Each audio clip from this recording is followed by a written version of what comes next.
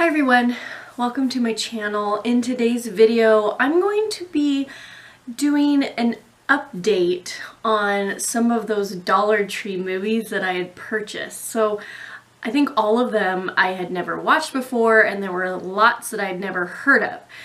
And I've only done 2 Dollar Tree kind of movie hauls, and I wasn't sure if they were good movies or not, so of course I got them and I want to watch them. And I thought I would update you guys because I have finally gotten quite a few watched.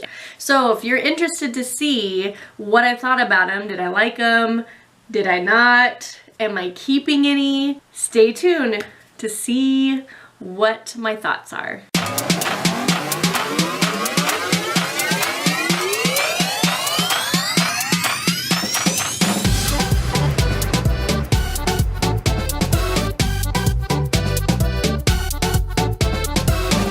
Welcome back. My name is Alisa and this is Alisa's Loves, and I have 5 Dollar Tree movies that I'm going to be sharing with you guys that I did get watched, and I'm going to kind of tell you my thoughts on them. I'm planning on watching all, and so I'm going to be kind of putting this into probably a series. I don't know, might be 3 or 4 different videos. Once I get more watched, then I will be doing another video. Now, if you've kind of been watching some of my other videos, then you're aware that I am trying to build my movie collection, and I want to keep movies that my family enjoy and that I enjoy, not necessarily just movies just to have.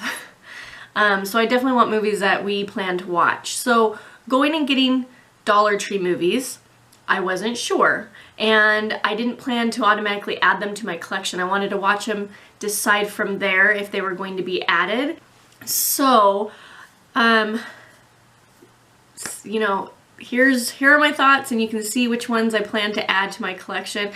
I've decided to kind of do a scale, a rating scale, on my channel for anything that I want to talk about, whether it's board games or movies or whatever it may be. So I plan to do kind of a 5-point scale, but I'm going to just kind of use words or phrases to describe it. So I'm either I love it, I like it, it's meh, which pretty much means it's okay, not for me, and then I hate it. So I either love, hate, and then the ones in the middle.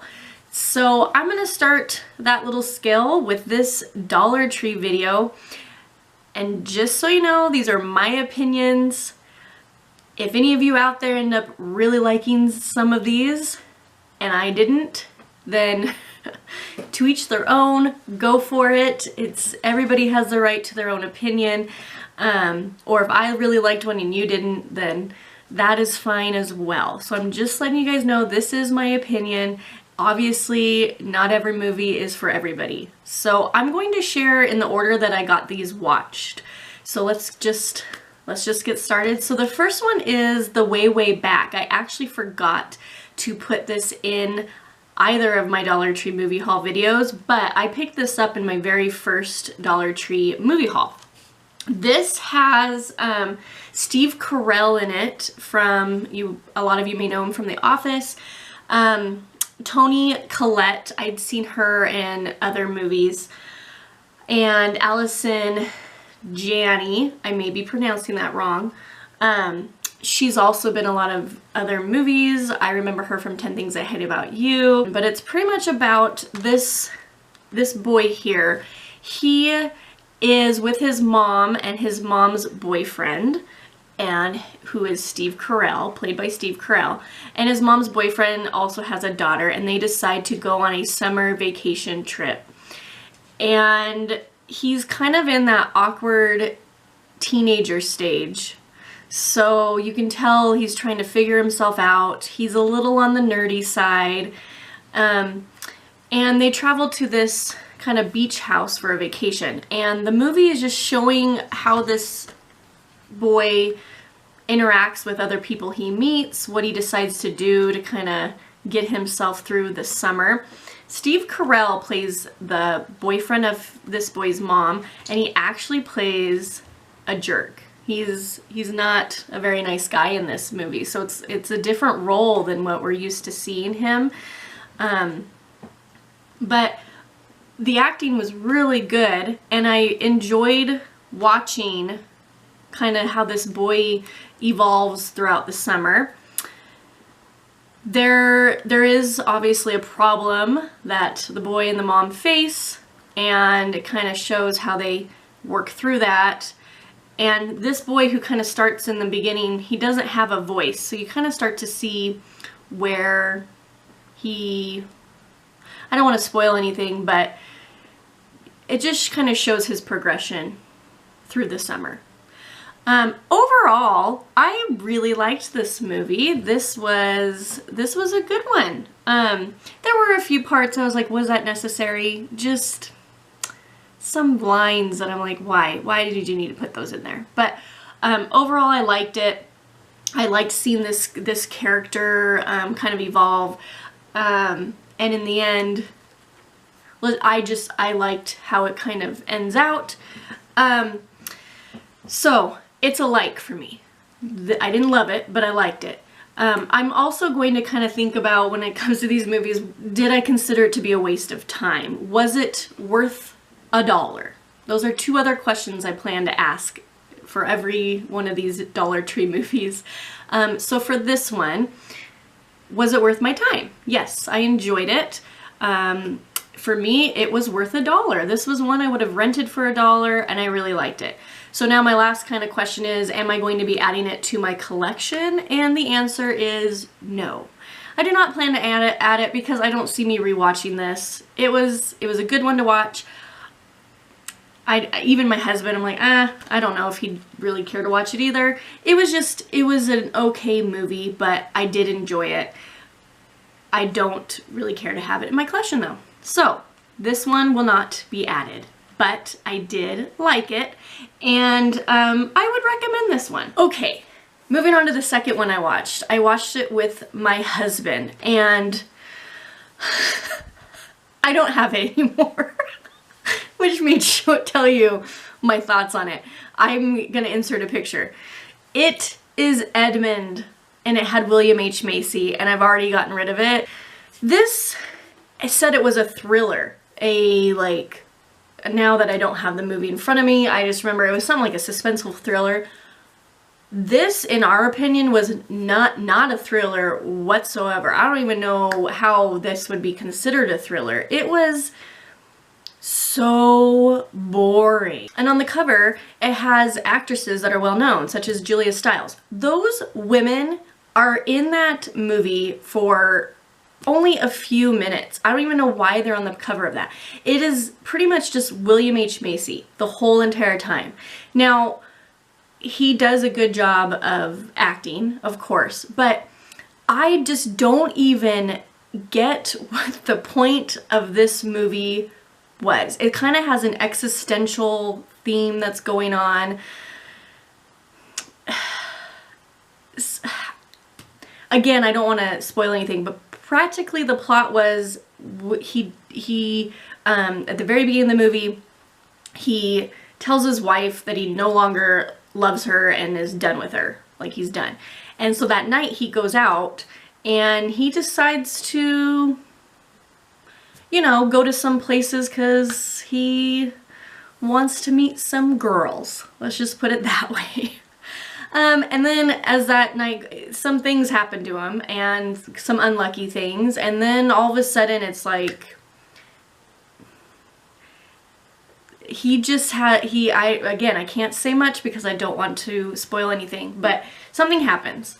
And it has a lot of racial phrases it was hard to hear and hard to watch at times. So it's a very racist movie, but it kind of all comes around in the end.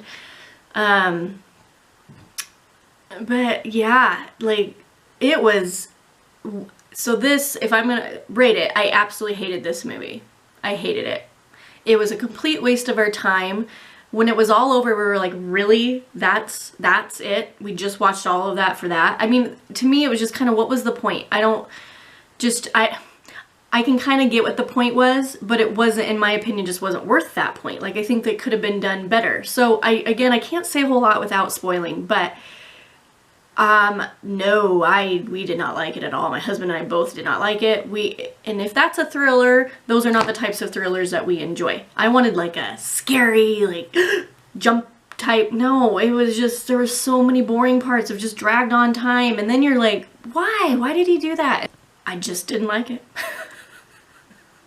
So, waste of time. It was not worth $1 in my opinion either. Again, this is my opinion. My opinion. Okay, moving on to number 3. I also watched this with my husband. It was Vanishing on 7th Street. So this was it says a terrifying apocalyptic thriller. It was scary at times. If you've watched Bird Box on Netflix with Sandra Bullock, it has a kind of similar theme. Something happens and all of a sudden like everybody is dead, or not dead, I guess everybody's vanished. And these people the ones that have survived don't know where they've all gone. And so it reminded me a lot of Bird Box, but there's still some differences, but the whole idea of kind of everyone going away and only a few survivors left is very similar. And then they're kind of stuck in places. It was okay. It just wasn't super scary. We love scary movies. It was just okay. The acting was okay too. There was some cheesy parts. It was just okay. So for me, this was a meh. It wasn't a complete waste of my time. I would say it was worth $1, but we've just seen so many other better scary movies. My husband didn't like it at all. When we were done, he would have probably rather not watched it. So I will not be keeping this one in my collection either. I was really bummed because I really like this slipcover, but I'm not keeping it. We wouldn't watch it again. There's just too many other really good movies out there. Scary movies. It was just okay. So meh, not keeping it. Okay, kind of going back up, more positive thoughts. Beyond the Lights. And this one I almost didn't grab actually, but it's about this actress right here. So she becomes a famous singer, and it's kind of something happens to her at the very beginning of the movie, and the male, and I didn't recognize these two actors at all. The male and the female characters, I haven't seen them in any other movie. But it does have Minnie Driver, who plays her mom in the movie, and I do really like Minnie Driver. But something happens to her, and the main male leading role kind of helps her. Again, can't say too much because I don't want to spoil it, but it kind of shows her life as this famous person and some of the obstacles she faces, and it also kind of shows how he helps her along the way. And Minnie Driver plays her mom. She does a really good job as her mom, and she kind of plays this controlling mom. She's a manager and controls kind of everything about her, what she looks like, what she wears. So it just kind of shows her journey. I really, really liked this movie. Do I love it? I don't know if I love it, but I really liked it. It has kind of this love story throughout it all, but at the same time there's some drama. And so I really liked it. I don't think I'd seen anything quite like it before. I liked the idea of this famous singer and kind of seeing, I think it probably took the industry and what has probably happened to some people in the industry and kind of did a really good interpretation of it. The acting was great. I don't know, like I said, I don't know this actress or the actor, but it was really done well. They did a good job. I really like this one, and I am keeping it. I can see me rewatching it. I would like to watch it with my husband again. Her singing is really good. I don't know if she's the one really singing, but the singing in the movie is really good. I just really liked it. This is a keeper. Yay! Okay, and then the last one today that I will be sharing with you was Take Me Home Tonight. This one is with Topher Grace and Anna Faris.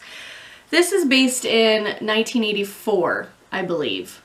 So it's in the 80s, and they kind of had another, a class reunion, if I remember right. And so it's kind of showing he gets to see his high school crush again. She's still with her high school like boyfriend, and things kind of happen there. But they all get together with people from high school. And it's one of those where some people are successful, some people aren't. They're trying to kind of figure it all out. He meets his high school crush, which is, she's right there, and she ends up talking to him. And it's kind of just all the events that take place throughout this one night.